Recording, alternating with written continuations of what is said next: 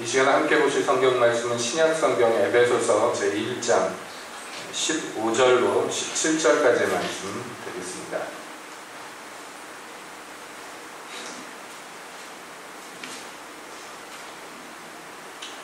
에베소서 1장 15절부터 17절까지 함께 보시겠습니다. 이를 인하여 주 예수 안에서 너희 믿음과 모든 성도를 향한 사랑을 나누 듣고 너희를 인하여 감사하기를 마지 아니하고 내가 기도할 때에 너희를 말하노라. 우리 주 예수 그리스도의 하나님 영광의 아버지께서 지혜와 계시의 정신을 너희에게 주사 하나님을 알게 하시고. 아멘. 하나님, 이 시간에 주의 말씀을 듣기 원합니다. 오셔서 말씀하시고 저희도 듣게 하시옵소서. 예수님의 이름으로 기도합니다. 아멘. 우리 함께 에베소서를 보는 가운데 있습니다. 에베소서 1장 시작부터 해가지고 14절까지, 오늘 읽은 본문 바로 직전까지 서론이라고 할 수 있는 부분이 되겠습니다. 그래서 사도는 이 서론 부분에서 사실상의 에베소서의 결론을 말했다 해도 과언이 아닌데요. 그 규모와 그 깊이가 어마어마합니다.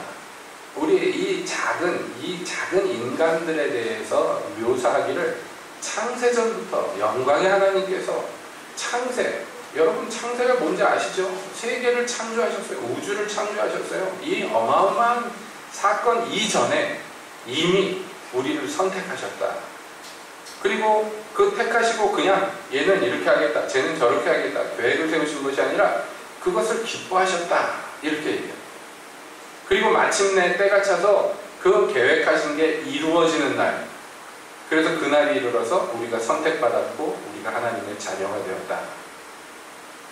그래서 결국에는 그렇게 선택하신 우리 한 사람 한 사람이 하나님께서 우리에게 갖고 계시는 그 계획의 어마어마하심과 그 놀라운 사랑과 그 모든 역사를 깨달아 알고 그것에 감격해서 결국에는 하나님을 찬송하게 될 것을 하나님께서 원하시고 결론적으로 바라신다.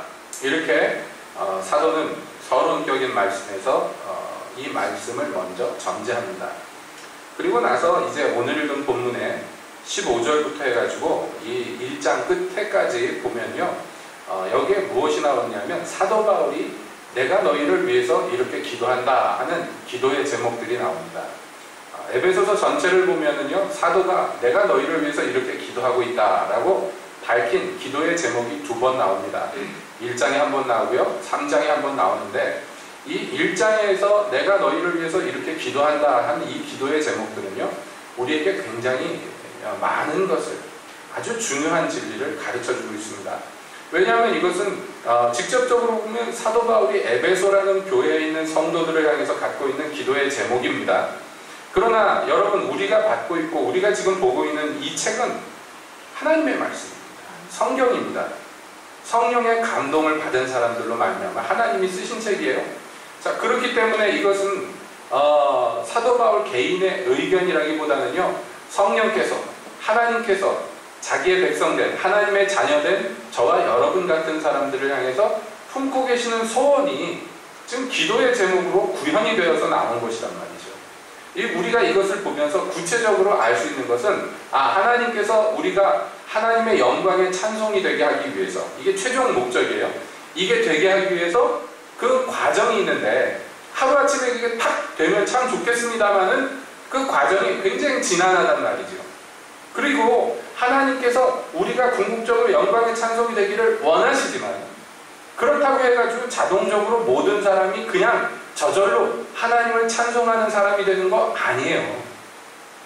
예? 그런 거 아닙니다. 사실 그렇죠. 찬송이라는 것은요, 어떤 사람만 드릴 수 있는 거냐면요, 승리한 사람만 할 수 있는 것이 찬송입니다. 패배한 사람, 여기에서 승리와 패배는 물론 영적인 싸움을 얘기합니다. 패배한 사람은요, 하나님 찬양 못합니다. 이해를 잘 하시기 바래요. 우리가 강하고 독하고 세서 이기는 게 아닙니다. 연약하지라도 하나님의 은혜를 힘입고, 부족하지만 주님의 능력을 힘입고 그래가지고 싸워서 승리한 사람은요, 무엇을 하게 되느냐면 하나님께 찬양을 하게 돼 있어요. 노래를 하게 돼 있습니다. 자, 홍해가 갈라져서 이스라엘 백성들이 출애굽할 때 바다를 건넜습니다. 이게 이스라엘 사람들이 홍해가 갈라지는데 기여한 게 뭐가 있습니까? 기여한 게 한 개도 없죠. 모세도 기여한 게 없어요. 순종한 건 있습니다. 무슨 순종을 했습니까? 손에 든 막대기, 그것을 바다를 향해서 들었어요.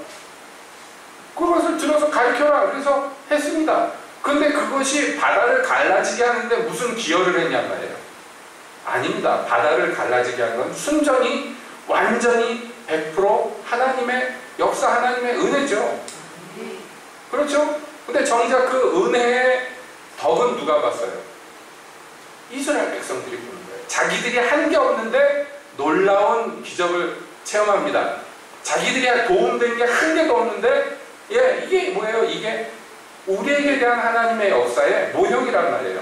여러분, 그래서 홍해를 건넜습니다. 그런데 이 홍해를 건넌 사건은요, 하나님이 은혜로 주신 것이고 그 은혜가 덕이 되기 위해서는 믿음이 필요하단 말이에요.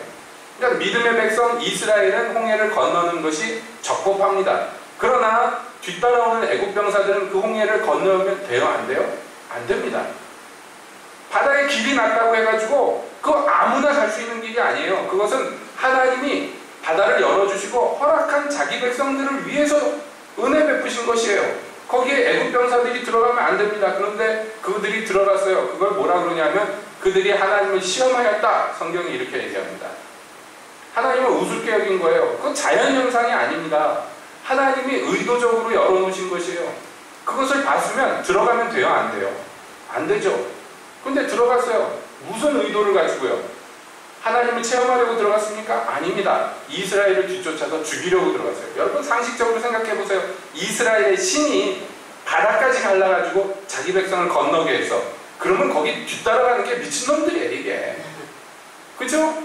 그 바다를 가른 어마어마한 능력의 신이 바보가 아닌 다음에야 자기들이 뒤따라가서 그 자기 백성 죽이는 것을 허락하겠냐 말이에요. 상식적으로. 그런데 눈이 뒤집혀서요, 그냥 뒤쫓아가서 죽이고자 전차를 타고 쫓아갑니다. 여러분, 이게 하나님을 시험하였다는 것이에요. 그래서 그들이 바다에 다 빠져 죽었죠. 여러분, 그 덕에 이스라엘은 생명도 구했을 뿐만 아니라 승리를 맛고 왔어요. 바다가 물이 합쳐져서 애국 병사들이 다 빠져 죽었을 때 이스라엘 사람들이 무엇을 봤습니까? 그 바다에 부서진 병거와 애국 병사들의 시체를 보았어요. 자기들이 한 게 아무것도 없는데 완전 덕을 봐가지고 승리까지 봐. 승리까지. 생명만 구한 것이 아니라 승리를 얻었어요. 이길 수 없는 적군을 이겨버렸어요. 그랬더니 뭘 합니까? 미리암과 여자들이요, 소고를 치면서 노래하기 시작해요. 이게 하나님을 찬양하는 거예요. 이것은 우리에게 어떤 그림을 보여줍니다. 누가 찬양하는 백성이 될 수 있는가? 이 하나님의 영광의 일을 경험한 사람들, 믿음으로 홍해를 건넌 사람들, 그리고 자기들은 이길 수 없는 적군이 하나님의 손으로 말미암아 진멸됨을 본 사람들, 그래서 얼떨결에 한 것도 없이 승리를 얻은 사람들, 이 사람들이 감사하고 찬양하게 되는 것이에요. 그러나 승리를 얻지 못한 사람들은요, 찬양하지 못합니다. 승리를 못 얻은 사람, 대표적으로 여러분 사울 같은 사람을 봅시다. 사울은요, 가진 것이 하드웨어나 소프트웨어가요, 이스라엘 중에서 최고예요. 그가 왕으로 지목받고 그래서 왕으로 세움받았을 때 대부분의 국민들이요, 왕감이다 그랬습니다. 모든 백성 중에 머리 하나가 더 컸다 그랬어요. 그가 아주 준수한 자였고 아주 총명하고 용맹한 사람이었습니다. 하나님께 사용받았을 때 이스라엘을 구원한 구원자였습니다. 그러나 최종적으로 그의 인생을 보면요, 승리한 것이냐? 아니죠. 패배되었고, 패배된 것이 그냥저냥 패배가 아니고 마귀의 조롱거리가 되었어요. 여러분, 그가 하나님을 섬긴다 하면서 이스라엘 경내에 있는 모든 무당들을 진멸했어요. 왕년에. 근데 막판에 가니까 어떻게 합니까? 무당을 간신히 찾아서 어디 숨어서 돈벌이하고 있는 무당을 찾아가가지고 사무엘을 불러댑니다. 이게 주소가 잘못돼도 어마어마하게 잘못됐어요. 사무엘, 죽은 사무엘이 그렇게 보고 싶으면 하나님의 성막에 가가지고 머리를 조아리든가 해야 되는데 자기도 알아요. 하나님께 가봐야 하나님이 자기 듣지도 않는다는 걸 지가 압니다. 그러니까 어떻게든지 하나님한테 도움을 받고 싶은데 자기가 직접 나가지 못하고 항상 사무엘한테 땡깡 부려가지고 어떻게 얻어먹고 살았는데 사무엘마저 죽었어요. 그러니까 하나님께 안 가고 죽은 사무엘에게 갑니다. 죽은 사무엘이라는 게 나타났는데 이게 사무엘이 아닙니다. 축복하지 않고 저주합니다. 사무엘이 나타나가지고 그 저주를 믿고 받아들이고 그 저주에 아멘하고 거기서 쓰러져서 기절했어요. 그건 이미 진 거예요. 전쟁터 나가기 전에 이미 끝장난 것입니다. 여러분, 그렇게 기절했다가 일어난 사울이 찬양하든가요?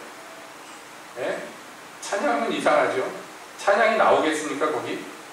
찬양이 안 나옵니다. 그래서 그냥 그렇게 비참하게 죽어요. 내가 적군에게 죽느니 자살하겠다. 칼에 엎드러져서 죽어버립니다. 얼마나 비참합니까? 그러므로 누구만 찬양할 수 있느냐? 승리한 사람만. 누가 승리하느냐? 하나님을 믿고 끝까지 의지한 사람만. 이렇게 되는 것이에요. 자, 그런데 그러기 위해서 중요한 것이 이것이죠. 우리가 그렇게 찬양하는 백성이 되게 하기 위해서 하나님께서는요, 우리를 위해서 하늘의 모든 복을 예비하시고 부어주신다고 성경은 이야기합니다. 그런데 실상은 교회 안에서 만나는 현실은 뭐냐? 여러분, 한 사람 한 사람이, 여러분 여기 몇 명 안 앉아있지만 여러분 한 명 한 명이요, 얼마나 귀하냐면 이건 가치를 매길 수 없이 귀합니다. 여러분이 알든지 모르든지 그건 사실이에요. 하나님이 자기 하나밖에 없는 아들을, 그 아들은 누구냐면 하나님이에요. 그 아들도 하나님의 생명을 여러분 대신 내어주고 여러분을 샀어요. 그러면 얼마나 이게 비싼 겁니까? 이 가치가요. 근데 우리가 이 가치를 잘 몰라요. 내가 얼마나 많은 가치가 있는지 잘 모릅니다. 뿐만 아니라 그렇게 구원한 우리에 위해서 하나님께서 예비하시고 시마다 때마다 부어주시는 은혜, 우리가 누리긴 누리지만 그 하나님이 주신 은혜 100개 누리면 그 중에 1개, 2개 알기도 힘들어요. 모르고 지나가요. 자, 이런 사람들은요, 은혜를 받고 누리지만 감사가 없고 찬양이 없어요. 하나님이 날 위해서 뭘 해주셨는지 모르기 때문에 그렇습니다. 자, 이게 문제란 말이에요. 하나님께서는 모든 신령한 하늘의 복을 우리에게 부어주셨다고 성경이 얘기합니다. 하나님께서는 그 아들을 살리시고 영광의 보좌에 앉히실 때 우리도 함께 그 보좌에 앉추었다고 얘기합니다. 앞으로 그렇게 하겠다는 것이 아니라 이미 그렇게 했다고 얘기합니다. 하늘과 땅의 모든 복을 우리를 위해서 주셨다고 얘기합니다. 그런데 이게요, 보입니까? 느껴집니까? 여러분, 이게 참 어려운 문제입니다. 그렇기 때문에 승리를 얻지 못해요. 승리를 얻지 못하니까 찬양도 못해요. 찬양이 없으니까 하나님을 기쁘시게 하지 못합니다. 이게 악순환이죠. 이게 깨뜨려지기를 주께서는 원하십니다. 말씀드린 대로 1장 초반부에서 14절까지 하나님께서 우리를 위해서 무슨 일들을 베푸셨고 얼마나 대단한 일들을 행하셨는가를 사도는 논하였고요. 그리고 얼마나 크고 높은 목표를 우리를 향해 갖고 계시는가를 얘기합니다. 자, 그런데 이것이 실제로 우리 가운데 이루어지느냐 마느냐는 다시 말씀드린다면 자동적으로 되지 않는단 말이에요. 저절로 되지 않는단 말이에요. 이게 되긴 돼야 되는데 자동적으로 안 될 뿐만 아니라 좀 불행한 얘기지만 대부분의 세대에 이 하나님의 뜻이 이루어지지 못하고 그냥 쓰러져 버리는 경우가 더 많더라는 거예요. 오죽했으면 예수께서 기도를 가르쳐 주실 때 하나님의 뜻이 하늘에서처럼 이 땅에서도 이루어지기를 원합니다. 이렇게 기도해라 이렇게 가르치시겠습니까? 그게 잘 안 되니까 기도하라는 거예요. 하나님이 하늘에서 암만 좋은 뜻을 계획하고 계셔도 그게 땅에서 안 이루어지니 이게 비극이지 않습니까? 그렇기 때문에 사도는 땅에 있는 자기의 사랑하는 백성들을 위해서 기도합니다. 하나님의 이 계획이 이루어지기를, 온전히 이루어지기를 위해서 기도합니다. 사도는 먼저 얘기합니다. 내가 너희에게 하나님이 얼마나 위대한 계획을 갖고 계시는지를 말하였다. 그런데 지금 내 귀에 들리면 돼. 사도는 지금 감옥에 갇혀 있어요. 로마 감옥에 갇혀 있는데도 에베소 교회의 소식이 들려옵니다. 그런데 에베소 교회 소식을 들었는데 뭐라고 들었습니까? 에베소 교회 사람들이 믿음과 사랑으로 행한다 하는 이야기를 들었어요. 그 얼마나 기쁜지 모릅니다. 얼마나 감사한지 모릅니다. 사실은 그렇습니다. 여러분, 하나님의 종된 이들, 사역자들에게 가장 큰 상급이 이것인 것 같아요. 뭐냐면 나름 뭐 되든지 말든지 있는 범위 안에서 힘을 다해서 애쓴 그 성도들이 변화되었다. 그 성도들이 이런 일을 했다, 저런 기쁜 일을 이루었다 하는 얘기만 들어도 그것이 큰 상급이 되는 것이에요. 교회 생활을 하다 보면요, 특이한 사람들이 있습니다. 굉장히 안 좋은 것이지만 이상하게 한국 교회는 더더욱이나 무슨 소위 말하는 주의 종과 또 일반 평신도가 이렇게 자꾸 나누는 경향들이 있고, 예, 그러다 보니까요, 이게 어떤 나쁜 그렇게 나누다 보니까 나쁜 결과가 맺어집니다. 제일 나쁜 결과가 뭐냐면 목회자들이 나는 일반인들하고 달라 하는 이상한 특권의식을 갖게 됩니다. 그래서 이게 샤머니즘이죠. 신과 인간 사이에 있는 존재라고 자기를 착각합니다. 그러나 우리에게 중보는 예수님밖에 없어요. 아무도 예수님의 자리를 대신할 수 없는 것이죠. 근데 자꾸 거기에 가서 앉으려고 그런단 말이에요. 뿐만 아닙니다. 그러면 나머지 성도들, 소위 말하는 평신도들에게는 무슨 문제가 있느냐? 나는 평신도야 라는 생각을 갖고 있어요. 그래서 그저 최소한의 요구사항, 교회에서 요구하는 최소한의 요구사항 커트라인만 그냥 해놓으면 나는 별 문제 없어, 이렇게 생각합니다. 그런데 여러분, 성경은 절대로 아무 때나 한 번도 그렇게 나눈 적이 없어요. 사역은 다릅니다. 부르심은 다 다릅니다. 은사는 다 다릅니다. 그러나 본질은 같단 말이에요. 본질은요, 여러분, 한 사람 한 사람이 왕같은 제사장이고 하나님의 나라고 주의 택하신 백성입니다. 한 사람 한 사람이. 이거를 뭐라고 얘기하냐? 이거 종교개혁으로 우리가 피를 흘려서 얻어낸 진리예요. 이 진리가 가려졌단 말이에요. 1000년이나. 이것이 종교개혁 당시 많은 사람들이 피를 흘리고 다시 밝힌 거룩한 진리입니다. 이것을 뭐라고 그럽니까? 만민 제사장이라고 얘기하잖아요. 모든 하나님의 백성들이 제사장과 같다. 그런데 이것을 알지 못하고, 알기를 원치 않고, 내가 무슨 책임이 있고 내가 무슨 책무가 있는가? 나는 그냥 주일날만 가서 예배만 한번 드려주고 헌금만 한번 떨궈주면 땡이지. 나한테 뭘 더 원하는가? 내가 평신도인데. 이렇게 생각하고 삽니다. 여러분, 그것이 이력서 안에, 종교난에다가 기독교 이렇게 써가지고 사는 그냥 껍데기 기독교인인 경우에는 별 상관없어요. 그러나 그 사람이 영광의 찬송이 되려는 이 하나님의 계획에 합당한 사람이 되기 위해서는요, 그렇게 살면 절대로 하나님의 뜻이 이루어지지 않습니다. 절대로. 교만하에서 자기가 예수님 자리에 앉은 목회자만큼이나 최악의 얘기예요. 이것이. 여러분, 그런 목회자 보면, 저도 목사입니다만, 죄송합니다만, 그런 목회자 보면 여러분들 눈살 찌푸리고 뒤에서 욕하잖아요. 일반 성도들이. 아무 목사님 참 못돼 먹었어. 막 이런 얘기들 자기들끼리 하잖아요. 그죠? 그것만큼이나, 아니 그거보다 더 최악의 얘기가 뭐냐? 나는 평신도니까. 이 얘기예요. 아닌지 그런지 한번 하나님 나라 가서 물어보잖아요.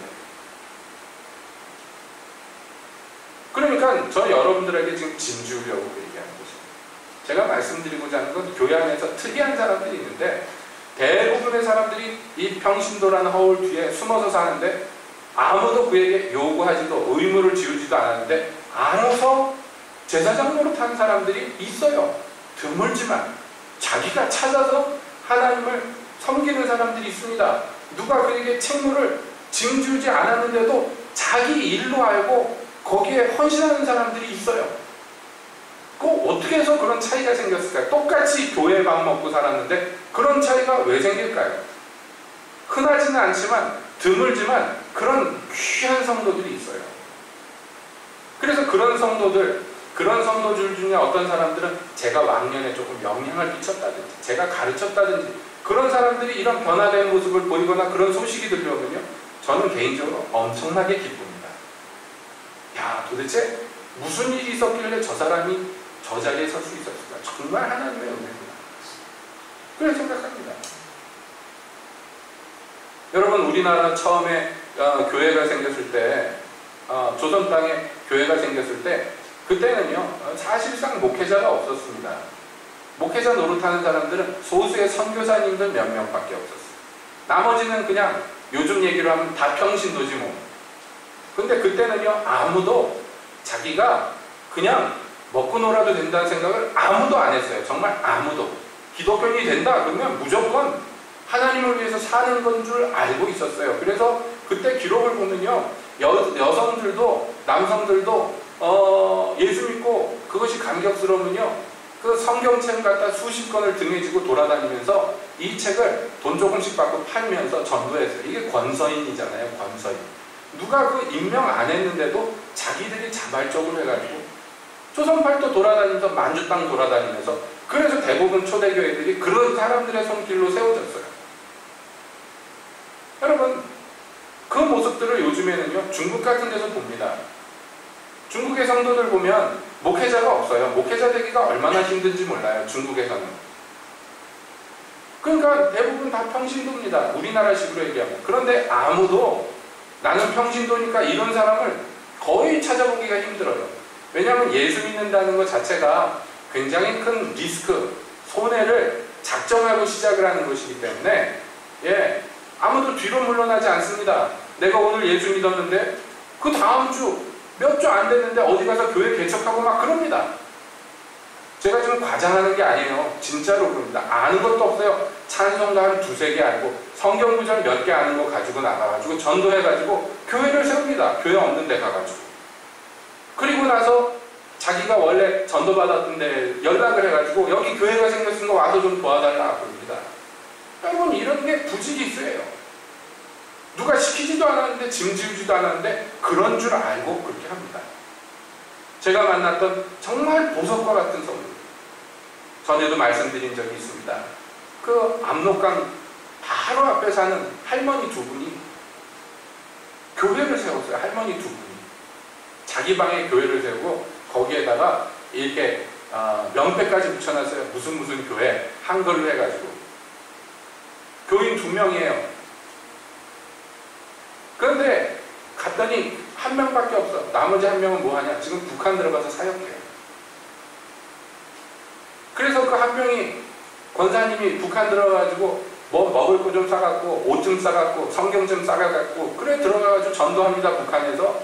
나머지 한 명은 그 교회라고 자기 방에다 만들었는데 앉아가지고 그 사람 위해서 기도해요. 돌아올 때까지. 그래서 살아서 돌아오면요, 그 다음에 기도하던 사람이 그 다음에 출발합니다. 그럼 갔다 온 사람이 또 기도하기 시작해요. 금식하면서 기도합니다. 여러분, 이걸 아무도 모르는데 이 할머니 두 분이 수십 년 동안 이 사역을 했어요. 정말 보는데 딱 무슨 생각이 드냐면 장군, 이 생각이 듭니다. 이건 병사가 아니야. 이건 그리스도의 군사가 아니야. 이건 장군이에요. 장군. 누가 알겠습니까? 그 위대한 장군들이 그 산골짜기에 조그만 방 안에 2명이 모여가지고 기도하면서 거기에 교회를 세운 걸 누가 알겠습니까? 세상이 아무도 몰라요. 그러나 하나님 나라에서는 그 누구보다도 큰 사람이에요.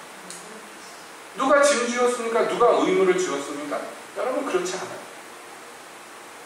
그냥 그게 자기 일인 줄 압니다. 자랑스러워하지도 않고 그걸로 뭐 대단하다고 생각도 하지 않습니다. 그저 당연한 줄로 압니다. 여러분, 이런 용사들을요, 중국 땅에 가면 종종 만납니다. 종종 만나요. 그분들의 고민은 뭐냐면, 내가 성경을 너무 모르고 교회가 생기고 사람들이 막 모였는데 가르칠 게 없고 그래서 고민해요. 그래서 성경 가르쳐준다 그러면은 이틀 3일씩 기차를 타고 오는 거예요. 와서 그 더운데 제대로 뭐 냉방이 됩니까? 뭐 하겠습니까? 거기 옹기종기 모여 앉아가지고 성경을 배우는 거예요. 누가 그런 짐을 지었을까 생각해보면 참 짐 준 사람이 없는데. 여러분, 우리나라도 왕년에 그랬습니다. 저 젊었을 때만 해도요, 젊은이들이 신학교 간다 그러면요, 교회에서 존경했어요. 대단하다고 그랬어요. 왜냐하면 그 당시에 목회자 된다 그러면 가난하고 고생한다, 이게 아주 딱 찍혀 있었어요. 근데 그 길 가겠다 젊은이가 그러면 대견하다 다 그랬습니다. 그보다 우리 선배 세대는요 전부 뜯어 말렸습니다. 주변 사람들이 신학한다 그러면 미쳤냐고. 예전에 한 젊은 전도사가 그렇게 자기를 하나님께 드리고 신학교를 갔어요. 전도사가 됐어요. 하나님이 문득 감동하심을 따라서 그래서 전라도 저 산골에 들어가서 교회를 봉사합니다. 그런데 먹을 게 없어요. 너무 가난해 동네가. 그니 그 전도사한테 뭘 해주겠어요. 그 교회에서 사람도 얼마 없는데 하루 종일 굶다가 저녁 해질쯤 되면은 나가가지고 동네를 돌아다니는 전도사님. 그래서 어느 집에 연기가 밥 짓는 연기가 올라가면 가가지고 앞에서 그럽니다. 누구세요? 그러면 예 아무개 전도사인데요. 지나가다 들렸습니다. 왜 왔는지 알지? 그 집에서 저거 밥 얻어 먹으러 왔구나. 알지? 그래도 뭐 그지 같은 거 불쌍하잖아요. 그래서 툴툴거리지만 들어오라고. 그래서 밥 한 그릇 주면 하루에 누가 한 끼 먹고 사는. 저녁밥 가서 한 끼 먹고 눈칫밥 먹고 그렇게 봉사했어요. 여러분 그 사람이 누군지 압니까? 네? 그분이 하영조 목사님. 우리 지난주에 온누리교회 가가지고 와 예배당 크다 막 그랬죠? 네?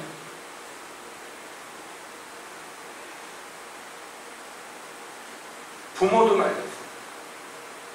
그 멀쩡하고 공부 잘하고 똘똘한 애가 미쳐가지고 전도사 하면서 거지가 되어가지고 그 산골에서 동네 사람들한테 밥 빌어먹고 사는. 누가 거기를 가라고 누가 밀어서 누가 짐을 지어서 가겠습니까? 여러분 어떤 시골 교회에서요 그 교회 장로님이 보니까 새벽마다 옛날에는 예배당에 종쳤잖아요 새벽에. 그런데 저 건너마을 머슴이 새벽마다 머슴이 사실은 집에서 제일 일찍 일어나서 일 시작하잖아요. 그럼 안 그래도 힘들잖아요. 남의 집 머슴살이가 쉽습니까? 근데 그 젊은 머슴이요 새벽마다 달려와가지고 새벽종을 치는 거예요. 누가 시키니까 그거를. 대부분 새벽종 치는 건 누가 안 시키는데 누가 마음에 헌신해서 옛날에 보면 와서 치고 그랬었어요. 새벽에. 새벽종 치는 사람들은 그게 자기 일인 줄 알고 그저 평생에 새벽종 치고 그 교회 사람들도 누가 새벽종 치면 그 사람이 의뢰 치련히 부르고 있었던 것이 뭐 교회에서 이제 아무개 집사님 이번 주부터는 당신이 새벽종 치시오 이런 거 없었잖아요. 옛날에. 제 기억에 그런 거 없었거든요. 저 어렸을 때도. 그 보니까 이 머슴이 맨날 와가지고 새벽종을 치고 새벽 예배를 드리고 돌아가서 머슴 일을 하는 거예요. 그걸 눈여겨보시다가요. 자기 딸하고 결혼을 시켰어요. 만석집이 장로님 남의 집 머슴을 불황무식한 머슴이에요. 뭘 받느냐? 몇 년 동안 시키지도 않는데 자기 마음의 자원에서 와가지고 예배당 종치는 거 보고 이놈은 됐다. 자기 사위를 삼았어요. 사위가 됐지만 불황무식한 건 여전합니다.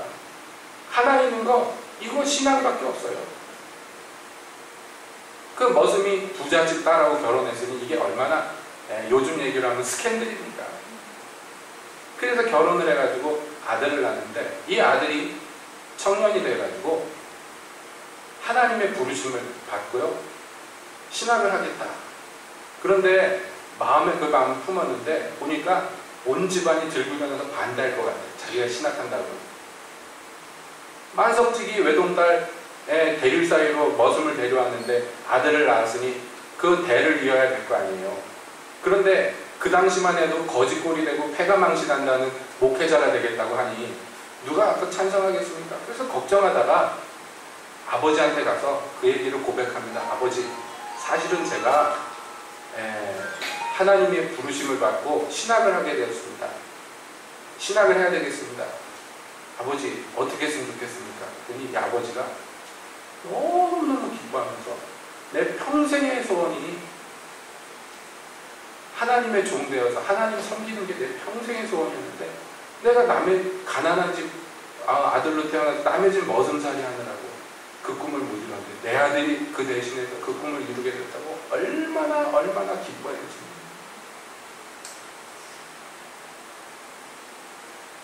여러분, 그렇게 해서 신학을 해서 고생해서 목회자가 됐는데 그분이 누구냐? 홍정길 목사님.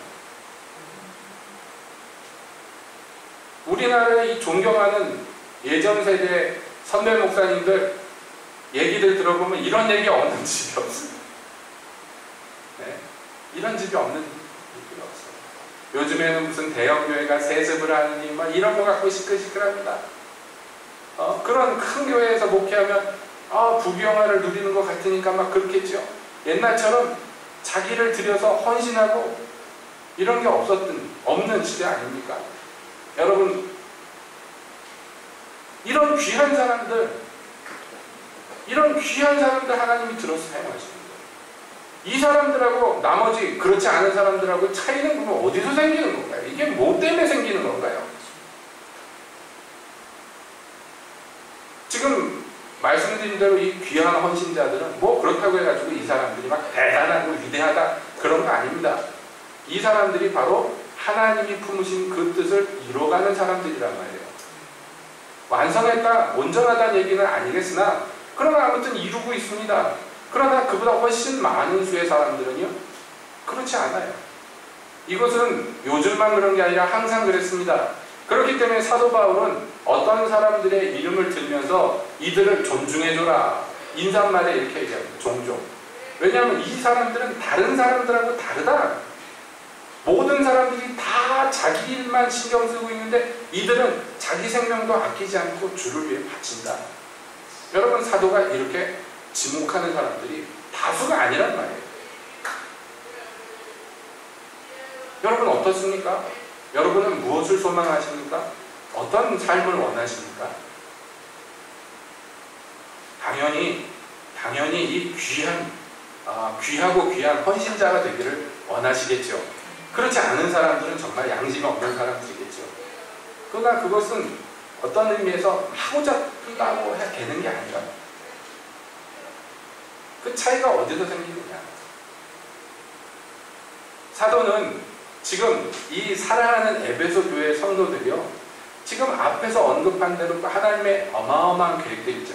그 계획대로 되어서 궁극적으로 하나님의 영광의 찬송이 되기를 원한단 말이에요. 하나님도 원하지만 사도도 원합니다.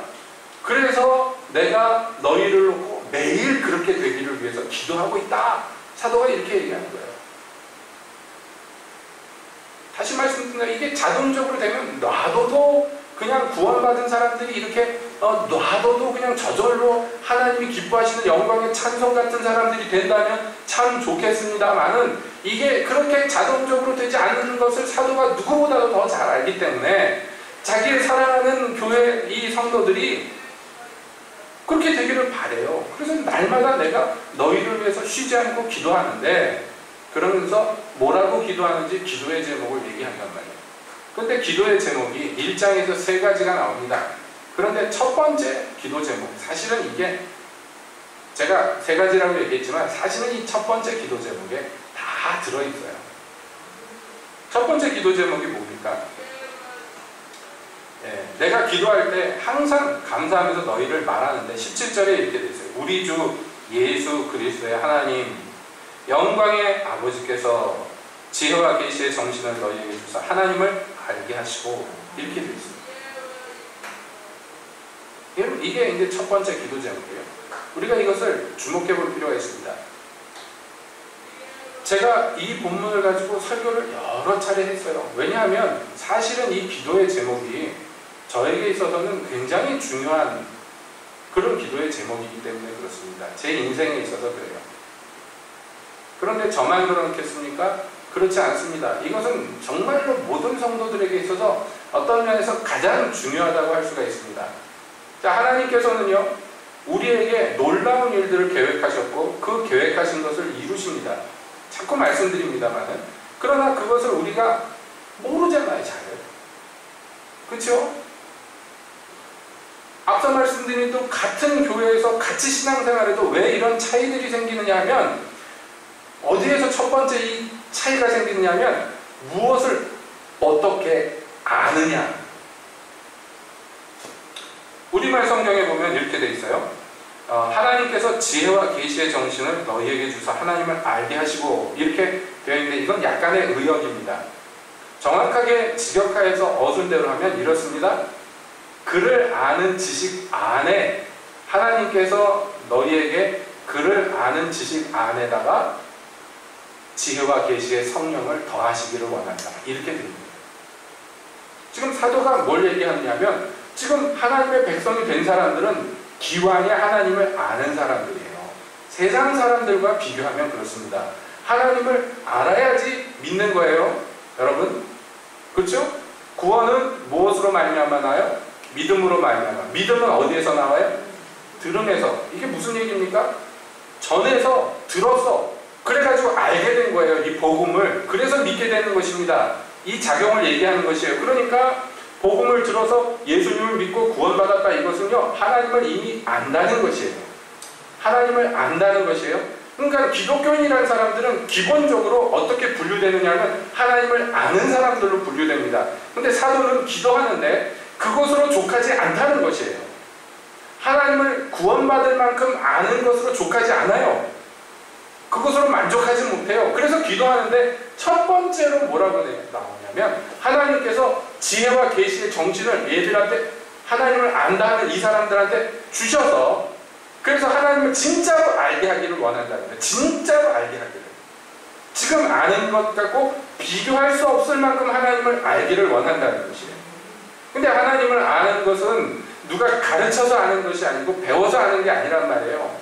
본질상 무엇입니까? 이것은 성령의 역사예요. 그래서 우리말 성경에 지혜와 계시의 정신이라고 되어 있지만은 새 번역은 지혜와 계시의 성령이라고 되어 있습니다. 그러니까 이게 영이라는 것이에요. 영을 정신으로 번역을 했는데 새 번역에서는 이것을 더 옳은 말로 번역하자. 그래서 성령으로 번역했는데 그게 더 옳습니다. 왜냐하면 성령께서 하시는 일이 뭐냐면 아버지와 아들을 우리에게 계시하시는 일이란 말이에요. 그렇죠?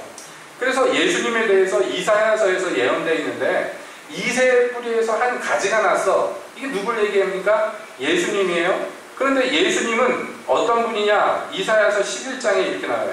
그는 여호와의 신, 곧 지혜와 총명의 신이요 모략과 재능의 신이요 지식과 여호와를 경외하는 신이 그 위에 강림하리 라고 예수님에 대해서 약속하고 있고 이것이 세례요한한테 세례받을 때 이루어졌단 말이에요. 예수님이 그래서 사역 시작할 때 하나님이 나한테 성령을 기름을 부으셨다. 왜? 하나님이 맡겨주신 이 메시아의 사역을 위해서. 그런데 그 기름 부은 성령, 메시아가 되기 위해서, 그리스도가 되기 위해서 기름 부음 받은 그 성령을 이사야서 11장에서는 그렇게 얘기한단 말이에요. 지혜와 총명의 신이요 모략과 재능의 신이요 지식과 여호와를 경외하는 신이라고 풀어서 설명해 놨습니다. 이것을 에베소서 1장 이 기도에서는 뭐라고 얘기하는 거예요? 이것을 더 축약하면 뭐가 되는 거예요? 지혜와 계시의 신 이렇게 되는 거예요. 예수님한테 그 성령이 임하셨어요. 그래서 예수님이 사역하셨어요. 하나님의 뜻을 이루었어요. 성령이 이 일을 하게 하셨어요. 그러므로 우리에게도 똑같은 일이 일어나기를 원하는 것이에요. 주님께서. 여러분, 그러니까 우리가 이 소원을 다시 말씀드린다. 이게 하나님의 소원이란 말이에요. 이것을 아멘으로 받을진데 여러분 우리도 우리 자신을 위해서 이렇게 기도해야 됩니다. 제가 기왕에 하나님을 압니다. 그렇잖아요. 여러분도 다 그렇잖아요. 여러분 하나님 아시잖아요. 하나님 아시죠? 이 안다는 것은 하나님에 대해서 공부해서 아는 게 아니라 만나봤기 때문에 아는 걸 얘기하는 거예요. 당신 아무게 압니까? 예. 언제 만났기 때문에 압니다. 이런 식으로 아는 거예요. 인격적인 만남이 곧 구원의 선결 조건이잖아요. 그래서 하나님을 만났어. 그래서 하나님을 아는 사이가 됐어요. 그런데 여러분 사람과 사람이 아는 사이가 된 것과 깊이 하는 것과는 다르잖아요. 깊이 하기 위해서는 사귀어야 돼요. 경험해야 됩니다. 이번에도 지난주에 우리가 수련회를 며칠 갔다 왔습니다만은 이런 선교여행이나 수련회를 갔다 올 때 제일 좋은 그 영향 중에 하나가 뭐냐면 함께 한 사람들을 더 깊이 알게 돼요. 좋은 점이든 나쁜 점이든. 여행이라는 것은 사람의 바닥을 드러내게 합니다. 그렇죠? 공식적으로 만나가지고 인사하고 안녕하세요 하고 헤어지고 이런 거 갖고는 서로를 알 수가 없어요. 함께 돌아다니고 함께 동행하고 함께 밥 먹고 함께 자고 하는 이 과정을 통해서 우리는요 상대를 더 깊이 알게 되는 것이에요. 여러분, 우리가 예수님을 그렇게 알게 돼야 되고 하나님을 그렇게 알게 돼야 돼요.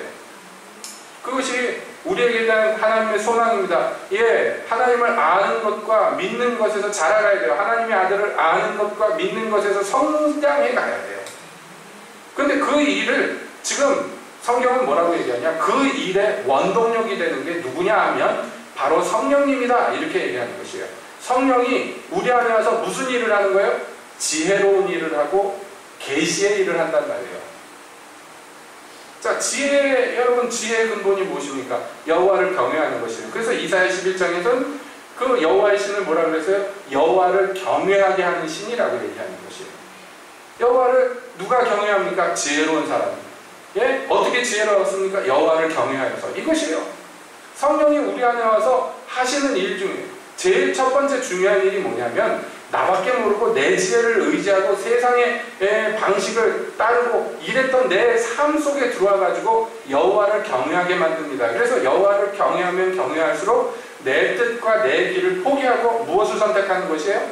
하나님의 길을 선택하는 것이에요. 하나님의 뜻을 선택하는 것이에요. 왜냐하면 겸비하게 되었기 때문에, 지혜를 얻었기 때문에. 계시라는 것은요, 사람이 알 수 없는 영역의 것을 하나님이 열어서 보여주시는 것이에요. 이거야말로 정말 신령한 복의 최고봉입니다. 여러분, 우리가 사실은 그래요. 하나님을 진짜 알기 위해서는요, 하나님 스스로 하나님 자신을 우리에게 계시하지 않으면 아무도 하나님을 알 수가 없어요. 우리 육체의 어두운 눈으로는 하나님을 알 수가 없어요. 그래서 성령을 우리에게 부어주시는데, 성령은요, 하나님의 깊은 것까지 통달하신 분이에요. 그렇기 때문에 우리에게 능히 하나님의 그 알 수 없는 숨겨진 비밀을 우리에게 능히 가르쳐 주실 수가 있습니다. 그러니까 우리가 성령님께 매달려서 간구해야 돼요. 지혜와 계시의 성령님 오셔서 내 안에서 역사해 주시옵소서. 그래서 무엇을요? 하나님을 알게 해 주십시오.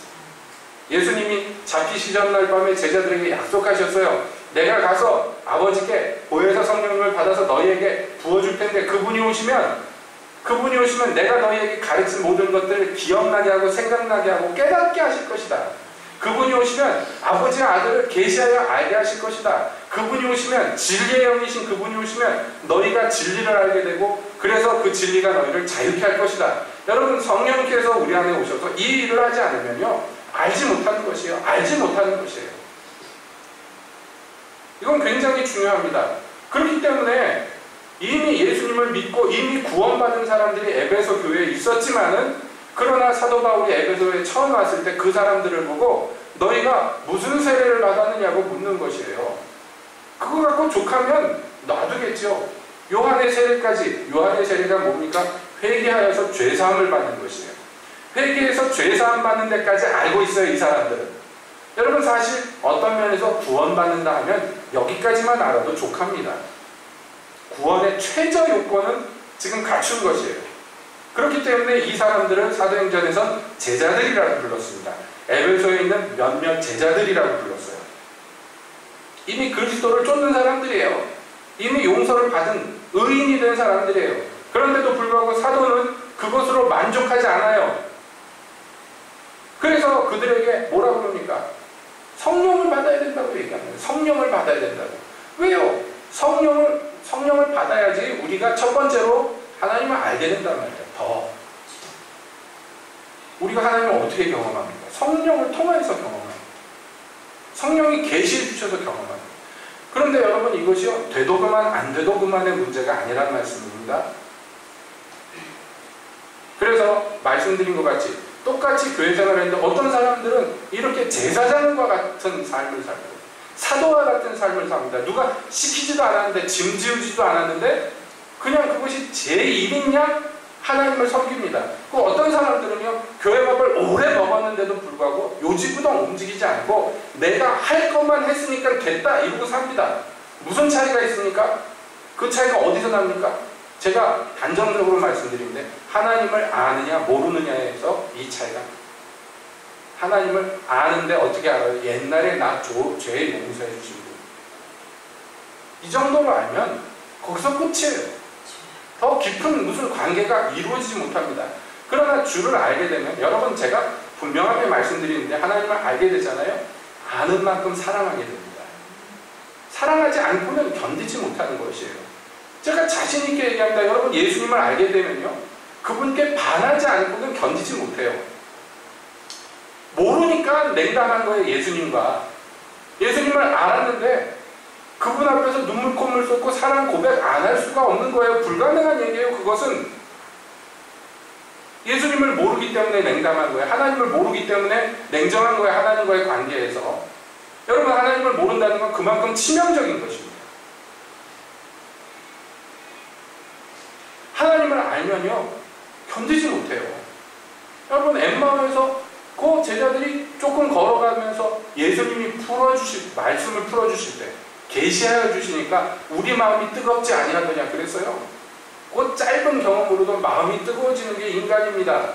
예수님이 오셔서 자기를 계시해 주시고 메시아가 이러한 고난을 받고 자기 영광에 들어가야 될 것이 아니냐, 메시아에 대해서, 그리스도에 대해서 가르쳐 주시는데 이들의 마음이 뜨거워졌어요.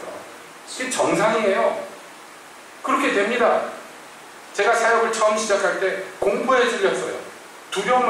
두려움에 빠졌습니다. 이제 20살, 고등학교 막 졸업했는데 하나님이 본격적으로 사역을 시키시는데 견딜 수가 없어요. 두려워가지고 내가 무슨 주제가 있어서, 아는 게 뭐가 있어서 뭘로 사역을 할 것이냐, 공포에 질려서 부들부들 떨고 있는데 주님이 그때 제게 해주신 말씀이 그거예요. 봐라, 엠마오에 가던 자들이 그러지 않았냐? 그분이 길에서 말씀을 풀어주실 때 우리 마음이 뜨겁지 않느냐? 너 걱정할 거 없다. 네가 나의 말씀을 풀어주기만 하면 그들의 마음이 뜨거워질 것이다. 얼마나 힘이 나는지요. 아, 내가 하는 게 아니구나. 이게 그 사람들 마음을 주님께서 뜨겁게 해주실 거구나. 그렇더라고요. 그래서 용기를 내서 한 발 디뎌서 나아가기 시작했어요. 그랬더니요, 주님께서 정말 그렇게 해주시더라고요. 정말로. 예수님을 만나는데 말씀을 통해서 만나든 무엇을 통해서 만나든 예수님을 조금만이라도 알게 되면요, 견디지 못해요. 마음이 뜨거워서. 사람이 옷 안에 불을 품고 그 옷이 어떻게 안 타겠습니까? 나타납니다. 그래서 뭐라도 하려고 합니다. 시키지도 않는데 냄새 맡고 돌아다닙니다. 주를 위해서 뭐를 해야 되나. 그렇습니다. 안 그런 사람들은 일 시키려면 이거 묶어놓고 저거 묶어놓고 해야 돼요. 예? 옛날에는 집사 되기가 그렇게 힘들었는데 왜 요즘에는 교회 안에 집사 아닌 사람들이 없습니까? 뭐라도 묶어놓으려니까. 여러분, 서리 집사 1년에 한 번씩 임명해야 되는 건데 요즘에 누가 1년에 한 번씩 임명합니까? 여기 예배당 모인 사람들 중에 전 집사님 빼고 다 서리 집사잖아요. 여러분들. 전인선이는 집사도 아니잖아요. 다 임시직인데 이게 다 뭐 때문입니까? 마음이 안 뜨거운 사람들은 어떻게든지 묶어놓으려다 보니까, 우리 교회가 그렇다는 게 아니고 이 세태가 그렇단 말이에요. 뭐래도 짐을 지었고 뭐래도 의무감으로 묶어놓으려고 이것도 시키고 저것도 시켜요. 참 불행합니다. 피차간에 불행합니다. 다시는 종의 멍에를 매지 말라고. 그리스도가 너희에게 자유를 주시려고 채찍에 맞으시고 고난을 당하시고 죽임을 당하셨는데 다시는 종의 멍에를 매지 말라고 그러는데 서로서로를 묶어놔요. 서로서로를 의무감으로, 책임감으로 서로서로를. 불행하잖아요. 성도들은 성도들, 목회자들은 목회자들. 예? 서로서로 이런 관계가 되면 여러분, 이건 교회가 아니잖아요. 무슨 채권자, 채무자들이 모인답니까? 교회가? 그렇기 때문에 여러분, 이것은 사활을 가름하는 중요한 기도입니다. 이게 이루어지지 않으면 나머지 기도들은 다 쓸데가 없어요. 하나님을 알게 하시는 성령의 역사가 내 안에서 일어나요.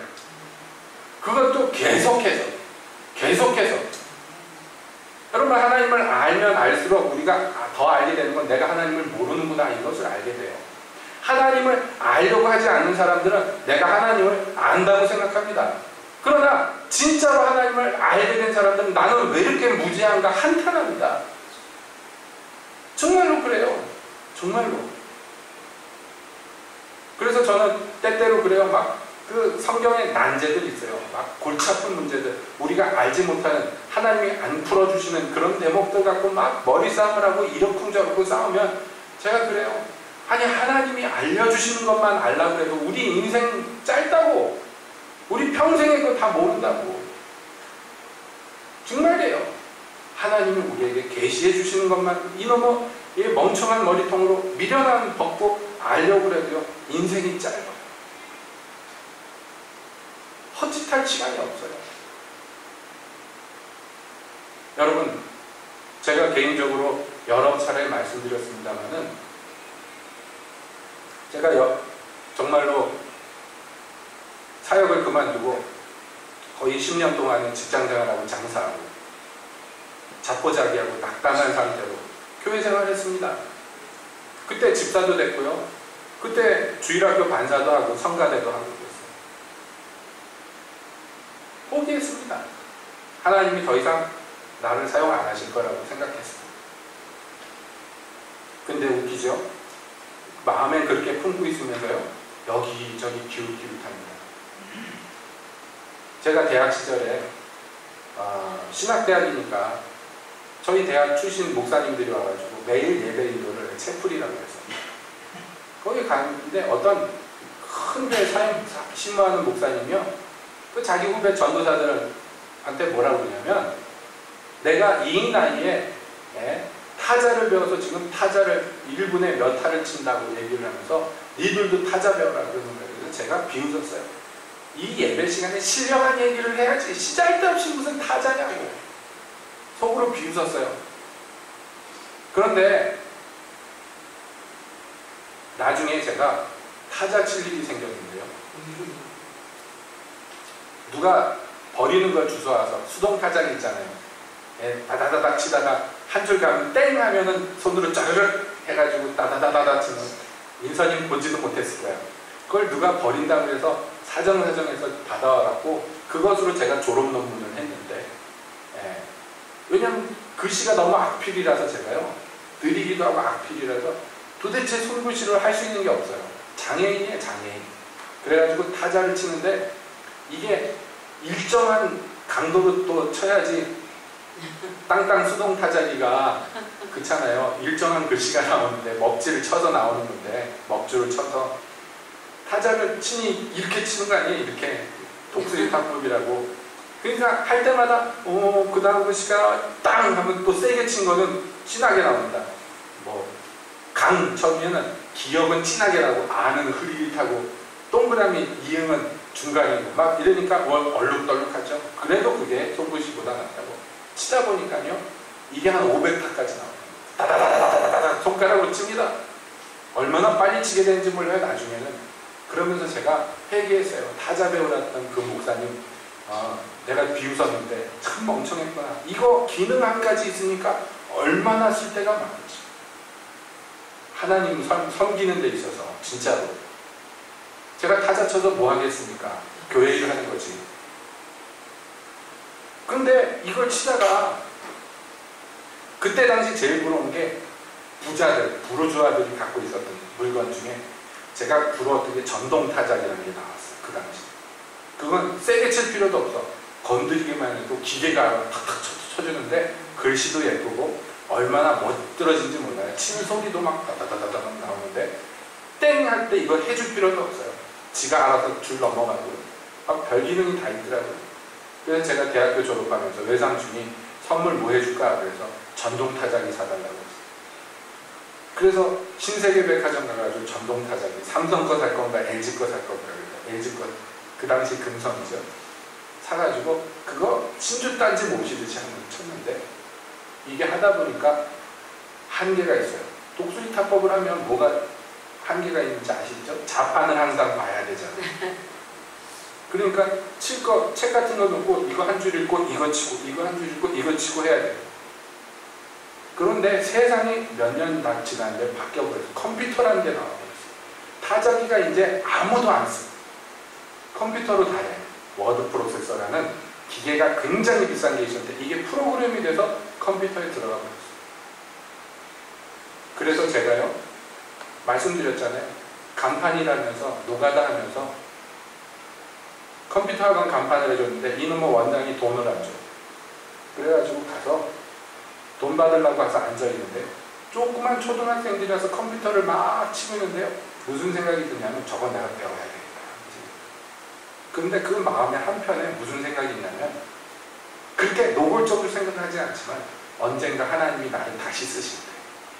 그 생각이 있는 거예요. 언젠가 하나님이 나를 다시 쓰실 때. 하나님이 보장해 준 적도 없어요. 근데 제 마음에 그 소원이요 꺼지지를 않는 거예요. 그래서 그 원장님하고 딜을 했어요. 얼마 잔금 남은 거 한 달에 몇만 원씩 내야 되는 거 이거 몇 개월 퉁치자. 그 원장님은 얼씨구나 좋다. 그래가지고서 그 학원 가가지고 매일 퇴근하고 노가다가 그 작업복 입고 가가지고 가면요. 그 학원, 지금도 생각나요. 학원 여선생님이 인상 막 찌르셨어요. 나중에 자기들끼리 얘기한 걸 들었는데, 아, 차수영 씨 오면 냄새 나가지고 죽겠다.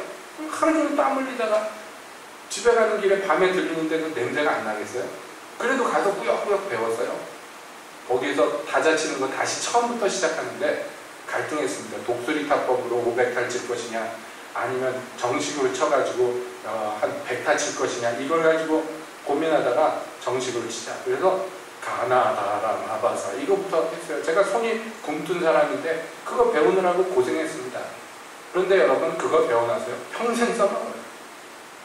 그때 아무 보장이 없었는데 제 마음의 소망이 무엇이었냐면, 그래도 언젠가 하나님이 나 다시 불러주시지 않을까? 그래도 언젠가 하나님이 나 다시 불러주시지 않을까? 이 생각이 있었어요. 그래서 뭐라도 하나 더 배우려고 굶실굶실 돌아다녔어요. 배워서 써먹을 때도 당장 없는데, 그런데 그렇게 배워놓은 게요 두고두고 써먹어요. 지금도 써먹어요. 여러분 지금도 써먹습니다. 오늘 결석했습니다는 김영미 집사님이 농담으로 가끔 그러잖아요. 전지전능한 목사님이라고. 이것도 하고 저것도 하고 다 한대요. 저를 보면. 그거 누가 가르쳐줘서 배운 건 하나도 없어요. 그런데 그렇게 다 어깨너머로 배웠는데 그때 제 마음에 갈급함이 있었어요. 주님께서 언젠가 다시 불러주지 않을까? 일 다시 맡겨주시지 않을까? 그때 내가 뭐래도 좀 어디다 불러줄지 모르니까 뭐래도 좀 할 줄 알아야 되지 않을까? 그런 은근한 마음의 소원이 있었어요. 여러분 돌이켜보건대 제가 예수 믿고 나서 성령 받고 나서 가장 먼저 달라진 게 그거예요. 누가 저한테 뭐 교회에서 일 시킨 적이 없어요. 그 이후로. 아무개 이거 해봐라 그런 적 없어요. 다 제가 찾아서 했지. 없는 일도 만들어서 했지요. 근데 제일 답답한 게 제 친구들은 안 그런 거예요. 교회에서. 성질이 얼마나 나는지 몰라요. 교회 일하려고 그러면 이거 끌고 땡기고 가는데 에너지를 너무 소모해. 막 다 같이 와 가서 하면 탁탁 될 것 같은데 뭐 행사 하나 치르려면 안 한다고 비대고 안 한다고 비대고 그거 데려다가 하는데 막 짜증나고, 어린 나이에 그게 무슨 포용력 있겠습니까? 맨날 싸우고 욕하고 그따위로 하려면 때려치라고 애들한테 욕하고 이거 막 속이 터졌어요. 그때 이런 차이가 있다는 걸 몰랐어요. 근본 무슨 차이가 있습니까? 제가 그렇게 부지런하고 막 일 찾아서 뭐 하는 사람이 아닌데 제 마음이 달라졌기 때문에.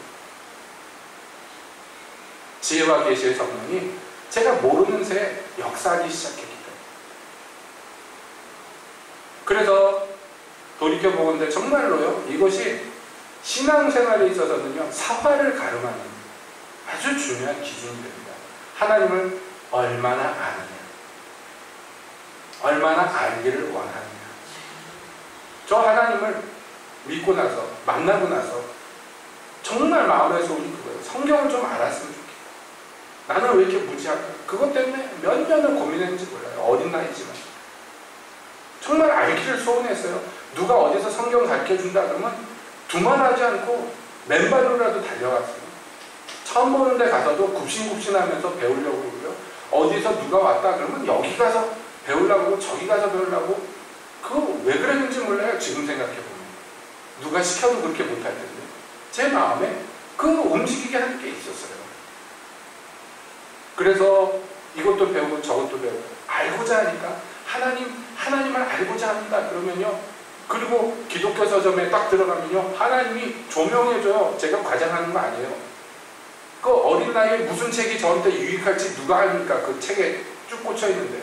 하나님이 성령이 저를 데리고 가요. 이 책을 읽게 해요. 이걸 살게 해요. 처음 보는 사람이 쓴 처음 보는 책인데 무지한 저에게 인도해 주셔서 아주 그냥 황금 같은 책을 만나게 하십니다. 그것들이 차근차근 저를 인도합니다. 누가 좋은 선생님이 저에게 옆에서 코치해줬다면 훨씬 좋았겠습니다만은 지금보다도 영적으로 훨씬 열악했던 그 상황에서 좋은 선생님도 때때로 하나님께서 보내주셨지만 하나님 앞에서 제 마음에 그 열망이 있었기 때문에 하나님 그렇게 채워주셨어요. 그래서 오늘날까지 이르는 줄 압니다. 그렇기 때문에 저는 정말 강조합니다. 여러분, 이 거룩한 소원 기도해야 돼요. 절대로 지금 있는 자리에 만족하지 마십시오. 내가 하나님 아는데. 글쎄, 알아요. 하나님 안다니까요. 그러나 거기에 하나님께서 지혜와 계시의 성령의 역사를 더 부어주시옵소서. 그래서 내가 하나님을 더 알게 해주시고. 여러분, 이게 기도의 첫머리에 됩니다. 첫머리. 그렇게 해서요, 정말 지혜와 계시의 성령으로 여러분 인도받는, 하나님을 아는 데서 변화되고 자라가는 성도 여러분, 우리 세빛교회 성도 여러분 되시기를 간절히 원합니다. 사도 베드로가 베드로후서 2번째 편지를 마치면서 이렇게 얘기합니다. 축복하는데 오직 우리 주 곧 구주 예수 그리스도의 은혜와 저를 아는 지식에서 자라가라. 영광이 이제와 영원한 날까지 저에게 있을지어다. 아멘. 사도는 바울만 그런 게 아니라 어떤 사도라도 다 교회를 향해서 이어가는 거죠. 그리스도를 아는 데서 자라가야 된다. 오직 그리스도를 아는 데서. 여러분, 저도 여러분 똑같은 소원을 아는, 열망을 아는, 그리스도 예수를 아는 데서 자라가기를, 하나님을 아는 데서 자라가기를, 성령이 오셔서 역사하시기를, 여러분 누구보다도 먼저 자기를 위해서 기도하시기를 간절히 축복드립니다. 기도하겠습니다.